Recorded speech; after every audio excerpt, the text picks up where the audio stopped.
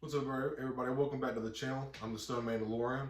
If you're new, I do a lot of Star Wars Black Series reviews and other Star Wars content, so I appreciate you tuning in.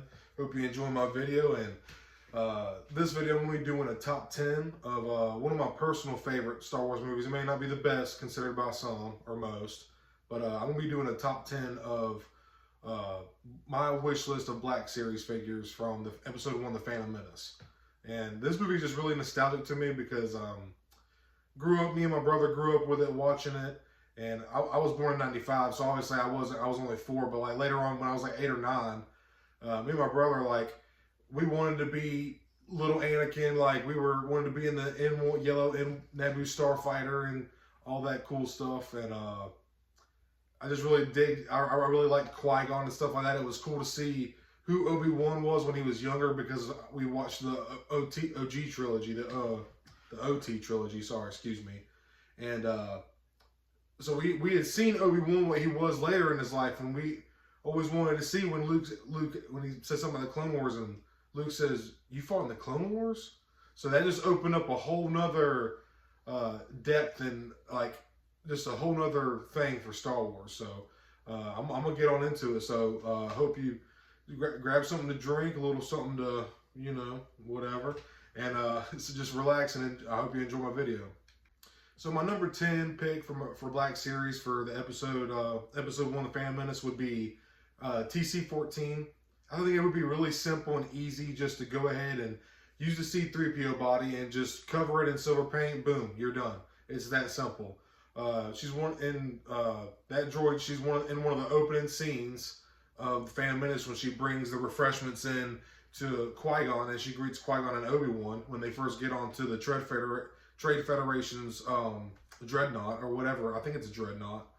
And yeah, so she was like at the very beginning, and when they start filling Jedi, they start filling the like conference room with the dioxis gas, and they had to put those filters on and stuff. It's just a really cool part. So I would like to see that'll just be an easy one. Let's go ahead and knock that out. Put silver paint on it. Boom, TC-14. It's done. So yeah, that's my number 10. Number 9 is another. I feel like it would be pretty simple and nothing too crazy, but I would like to see Captain Panaka, and I feel like that would be a really good way to kind of even out and flesh out the episode 1 shelf, and have him standing with you know, Padme Amidala. I feel like that would look really badass because they are releasing Kid Anakin and Padme Amidala, the hallway Naboo scene, and I'm pretty psyched for those, man. It's nice to see them starting to show some episode 1 love, and maybe with this coming and this being the 25-year anniversary for the Phantom Menace, you know, we could see some pretty cool stuff this year, man. I'm excited, really. So yeah, I gotta give number 9. I think that would be pretty cool. Throw Captain Panaka on there. Why not? I think that would be a pretty simple one to do. They've always knocked out like the Rebel soldiers, the Endor Trooper, the Hoth soldiers, Hoth Rebel troopers, the Hoth stormtroopers. They do really good with army builders when they want to. And now we have all this updated molds and articulation. Like we got butterfly joints. We got pinless single joint knees. We have, now they're introducing ball jointed wrists. So like, who knows what we're going to end up seeing, you know? So I'm pretty stoked to see what ends up coming out this year. But Captain Panaka, I feel like he would be a pretty cool pick. Number 8 kind of would be a cool way to kind of flesh out the whole political side and politician side of Star Wars. And I would like to see Bail Organa. He's a very crucial part, even up until, I mean, obviously we don't see him in A New Hope, but he's in episode 1 through 3, Kenobi. He's in a lot of the Clone Wars. He's a very crucial part of Star Wars in the early parts of the Clone Wars, and pretty much dealt pretty directly with Padme Amidala, you know, Senator Amidala a whole lot. They just released Mon Mothma from Andor, and they did a pretty good job, and the likeness to the actor is incredible. That figure is. Yeah, I know she's kind of traffic cone or whatever, that like hard plastic dress. You can't really pose her, but you're not really going to be posed. She kind of just stands around. But that I saw it and I was like, that's a pretty nice figure. I don't know if I'll pick it up for $27. I saw it at Target the other day, but I don't want it that bad, but it is a nice looking figure, I gotta say. But they're starting to do some more politicians and like more dressed, kind of elegantly dressed figures and stuff like that. Especially how they did Luthen. I thought that was a pretty good looking figure too. I don't own that one either. But I think, given Bail Organa, I think that would just be really cool and a good way to add some representation for the Phantom Menace. And why not do it for episode 1? Maybe it would be better to, you know what, it could be better to save him for episode 3 because he had more like kind of screen time in episode 3. But, you know, I think I'm going to go ahead and throw him on my episode 1 pick list. So I think he would make a good number 8 pick for just my personal opinion. And number 7 is a character that we kind of got to see a little bit more in depth of what happened. In Tales of the Jedi, we got to see Yaddle. And she's my number 7 pick. And if you remember, she's in episode 1. When Qui-Gon first comes to the council, the Jedi Council, he tells them that he counted the first Sith in 1,000 years, and they don't really believe him. And he was trained in the Jedi arts. They're just kind of neglected about it, and just kind of like shrugged them off, like, nah, there's no way we would know about that if they were the Sith were around, we would know about it. And I lost my train of thought. Oh, and Tales of the Jedi. Okay, so at the beginning of episode 1, we see her in the council room when Qui-Gon is telling them about the Sith. And then at the end, after Qui-Gon's passed and is killed by Maul, we see the funeral on Naboo for Qui-Gon. Yaddle's not there. But Palpatine's there. You know, a lot of other people are there. Where was Yaddle? She was just in here earlier. In Tales of the Jedi, they kind of go in depth, and she was... It's been a while now, but I don't want to say it's... Spoilers coming up for Tales of the Jedi if you haven't watched it yet, but it's been quite a while. It's last year since it came out. Early last year, if I'm not mistaken, like spring, like March or April. I can't remember exactly. Might have been even earlier than that now that I think about it. You know what? I think it was even earlier than that. I have to double check that. But, you know, Dooku ends up... She ends up tracking Dooku down and falls into him to the industrial district where he trained Maul before on Coruscant, and followed Dooku there and ended up showing out and tried to get Dooku to join back and come back to the light. And Palpatine was kind of like, "Oh, you betrayed me, so you brought her here," and he ends up having a cold blood killer. And I'm not going to put all the details out there. You should go watch it. It's really freaking. That's one of my favorite animations. Dave Filoni is just amazing with the animation in Star Wars. He's just like, he's got it down pat, dude. Down pat, man. But Yaddle would be an insane... They already have the Yoda body. You know, and I don't know if they could use it 100%. Definitely have to sculpt a new... Why not use the same body and then just maybe throw a different head sculpt on there? I'm not sure. But I would like to see Yaddle. So that's my number 7 pick. And number 6, let's get into the alien. I know Yaddle is an alien and, you know, whatever. But I think, if you don't know who Phantom Menace is, it's the 2-headed announcer on the Boonta Eve pod race in episode 1. And I just think that was always so weird to me when I was a kid. And I was like, what the heck? And he's just high energy announcer. Like, it's just a very interesting character. I think he would be kind of cool to kind of just put him in the back of the shelf somewhere and just have him there. I feel like that would be a cool one. So, Phantom Menace would be a very... I wish I could remember the name of the species, but I'm totally blanking now. But Phantom Menace would be pretty cool. Number 5, another character that was kind of not only in the Boonta Eve pod race, but in other parts of the movie, not many. But I think it would be cool to get a Doug in the line, and Sebulba. The species is a Doug, and I think Sebulba would just be really cool, really new, interesting sculpt. They knock out aliens every single time. They kill it, and Sebulba is just a very he's just a bully asshole, man. Like, he really is. And I think he would be... I think that would be a really cool sculpt to see in the line. And we could always use more aliens on the shelf. So, number 5, I would like to see Sebulba. My number 4 pick almost made it higher on my list, but I had a couple others that I was really kind of just vibing with. But my number 4 pick would be Queen Amidala and Padme in her red dress. Like, with her Queen Naboo makeup and the whole big red dress. Like, I feel like that would be so badass. Like, I don't care if it's a traffic cone. I don't want her to. I just want her to stand there in the badass white dress. Maybe if they wanted to, maybe they could even throw in some of the handmaidens with just the orange robes and just maybe like a couple alternate faces, or have just some generic, similar to Padme looking face. Like, I just feel like, whatever. But I think the red, it's just such an iconic part of episode 1. And it's only got a couple minutes of screen time, or seconds even, in episode 1. And it's just like very memorable to so many. It's just such an iconic, like, visual to people. Like, I remember seeing that when I was a kid, and I was like, dang, that's a crazy looking dress, It just, it is a badass looking dress. It's crazy. The designers just, how Star Wars is. The designers just go all out, man. But I think that would be really cool. So that's, Queen Amidala, that's my number 4 pick. And my number 3 pick is actually in my top 10 list as well. If you haven't seen that, go look on my channel. I'll have it on there. And I would like to see, he's a Gungan. We already have the Jar Jar mold. I think you can't see him. He's up there. But we have the Jar Jar mold. Let's see Captain Tarpals, man.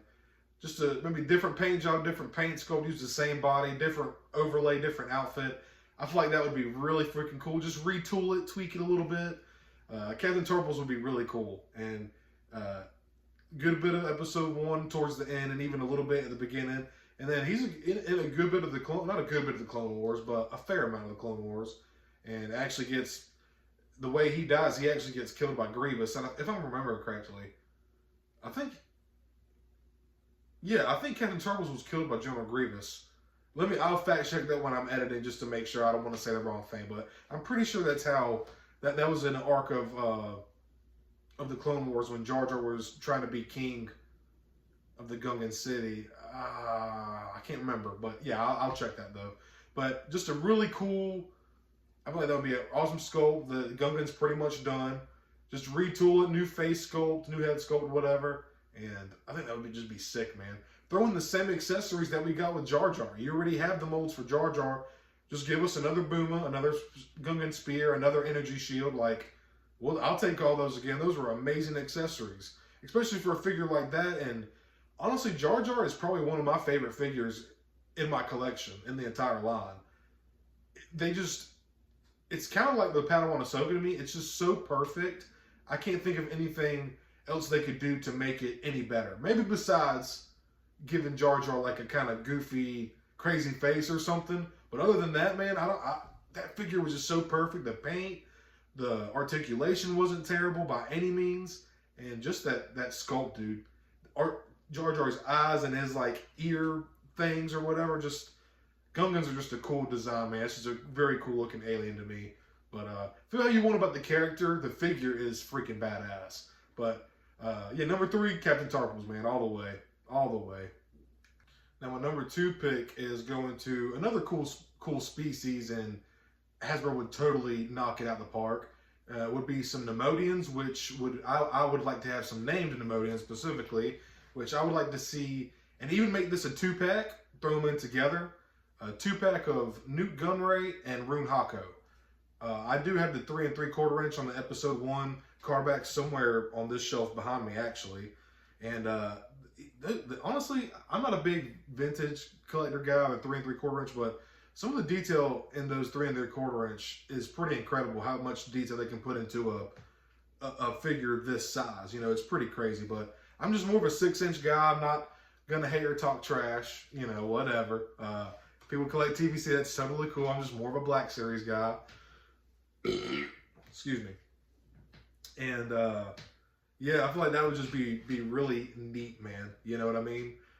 My lord, is that legal? I will make it legal. Just like seeing them at the beginning when I was just a kid, I was like, what the heck, man?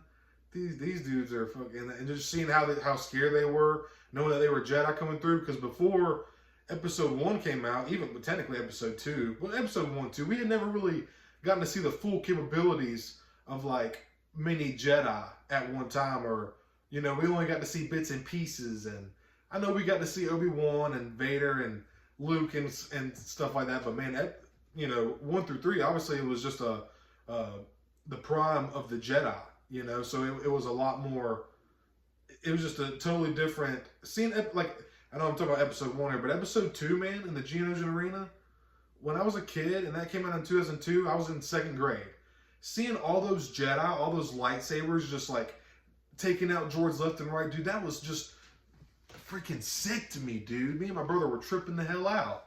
And then I'm getting talking about episode 2. Let me stick on episode 1, but I just feel like that would be, I'd like to see them again, kind of fleshing out some of the political side of Star Wars, having some politicians in the mix and some kind of big wigs. And I almost put Wat Tambor on the list, but I was like, nah, I need Newton Rune, man. Newt Gunray and Rune Hako. I just need them. They have they're throughout episode 1 through 3 and the Clone Wars as well, but mostly episode 3 and episode 1 specifically. So I feel like, I know for a fact Hasbro would knock that out, man. So that would be really, really neat. It would never do anything without the approval of the Senate. Sorry, I just had to throw that line in, man. I love Newt Gunray, and George decided to give them like Asian accents, just like, oh my lord. But man, you gotta love George Lucas, dude. Gotta love him. But number 2, definitely gotta give it to Newt Gunray and Rune Hako. And my number 1 pick for my top 10 list for the Phantom Menace, I want Watto on my shelf, man. I gotta have Watto. I need him on my shelf, man. The interactions with him and Qui-Gon, just his wisecracking ass, and he just stood no chance to Qui-Gon's way, and he just saw right through his bullshit, man. Jedi mind tricks don't work on me, only money. I just freaking love Watto. He was just an entertaining character. All the flies buzzing around him and the wings, the way he flies around, he's just like, he's got this big old pot belly, noodle arms, noodle legs. Like, I'm surprised he can even fly his fat ass around, you know. But man, Watto would just be, well, I think that, again, like I feel like I'm repetitive, but Hasbro would just do a bang up job with aliens and droids, dude. And they just need to give us more aliens, dude. Give us more damn aliens. Damn it. We need them. I need Watto on my shelf, man. Like, dude, gotta have him. He's such a crucial part to episode 1. He's in a little bits of episode 2. But, oh, dude, I think that would make a sick figure, man.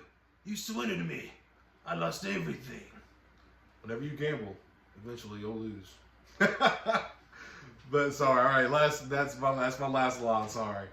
There's just so many lines between him and Qui-Gon that I just love, dude. It's just so memorable to me. And I'm a Toydarian, you know. I just freaking love the character. So interesting, just like really shows the scum, how everything runs around those Isley. It's just like, you know, it's just cool, man. I just really enjoy Watto.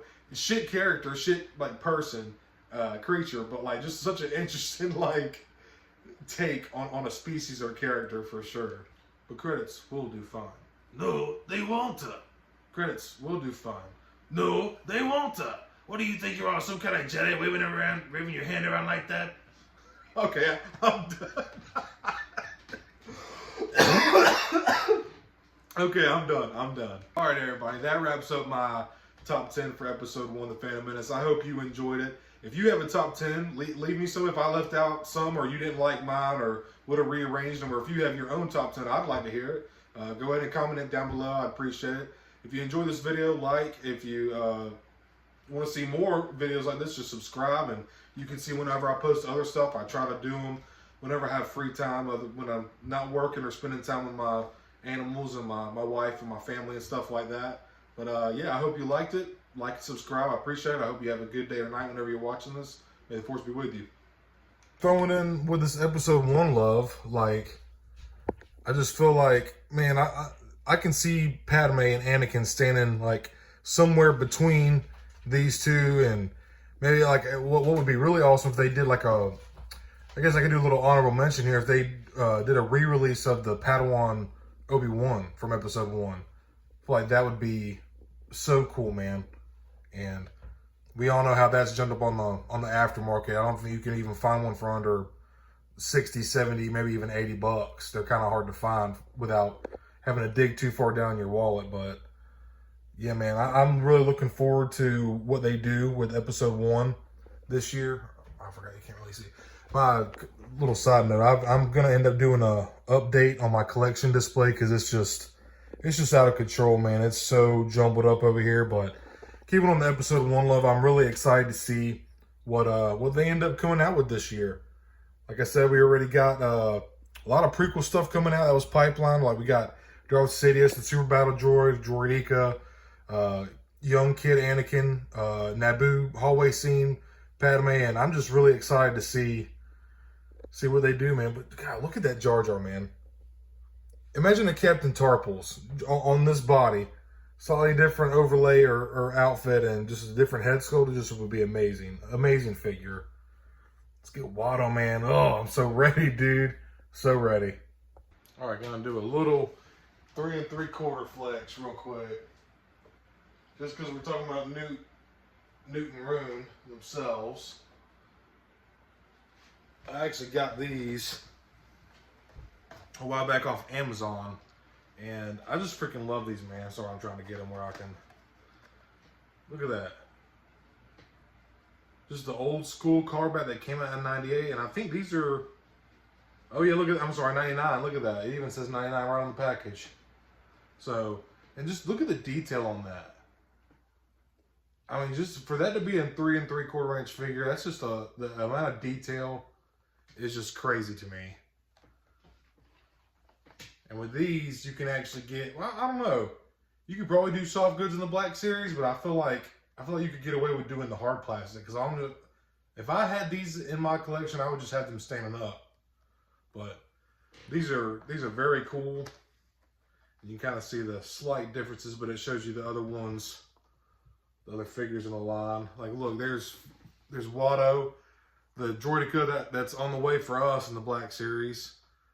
Sidious also on the way in the Black Series, 6-inch. Got Senator Palpatine, which I would love to see that one. And then yeah, so that's pretty cool. I just love this old school card back, man. But those are just like, they just look so good, man. I just love the amount of detail on them. Come with a little calm tech, calm link thing. So that's pretty cool, but they're no match for Droidekas. Jedi.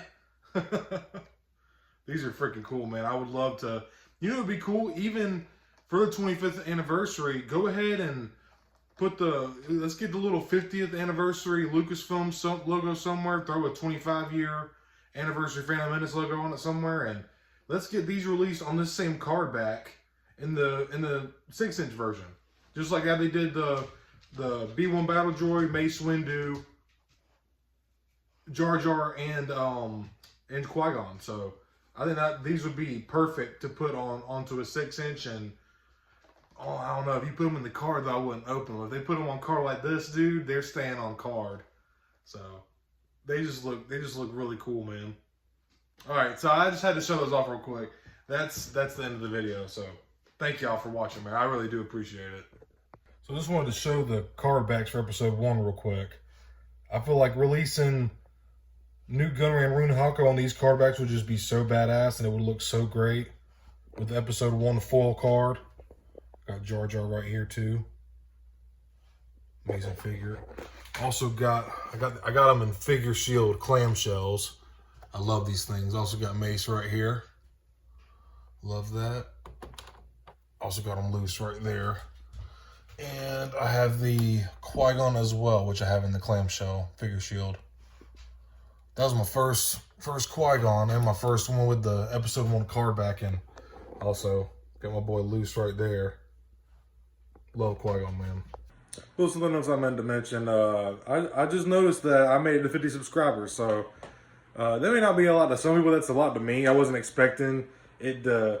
I wasn't expecting my channel to grow this fast. I've only been doing it for 2 months so far, but to have 50 subscribers means a lot to me personally. It might not be a big number to some people, but it's important to me. That's all that fucking matters.